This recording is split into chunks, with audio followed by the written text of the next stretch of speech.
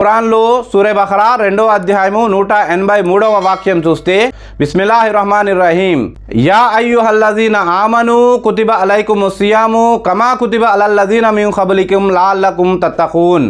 విశ్వసించిన ప్రజలారా, మీకు ఉపవాసాలు విధిగా నిర్ణయించబడినవి, ఏ విధంగానైతే పూర్వపు ప్రవక్తలను అనుసరించే వారికి విధింపబడిందో. దీనివల్ల మీలో భయభక్తులు కలిగే అవకాశము ఉంది. అయితే ఈ రంజాను మరియు ఉపవాసాల గురించి 40 హదీసుల గురించి ఈరోజు మనము తెలుసుకుందాం. 1.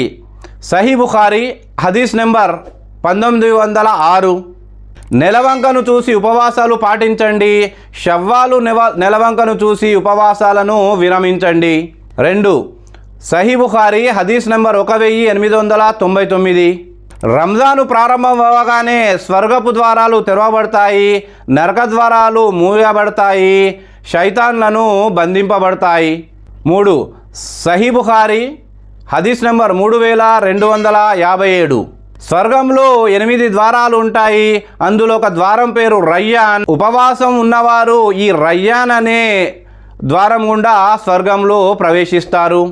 4. సహీ బుఖారీ హదీస్ నెంబర్ 37.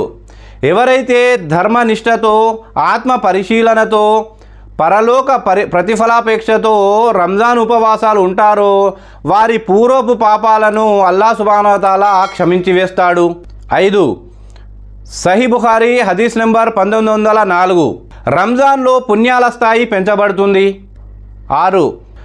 అల్ బైహఖీ హదీస్ నెంబర్ 1994. ఉపవాసము మరియు ఖురాన్ ఈ 2 తీర్పు దినాన సిఫారసు చేస్తాయి.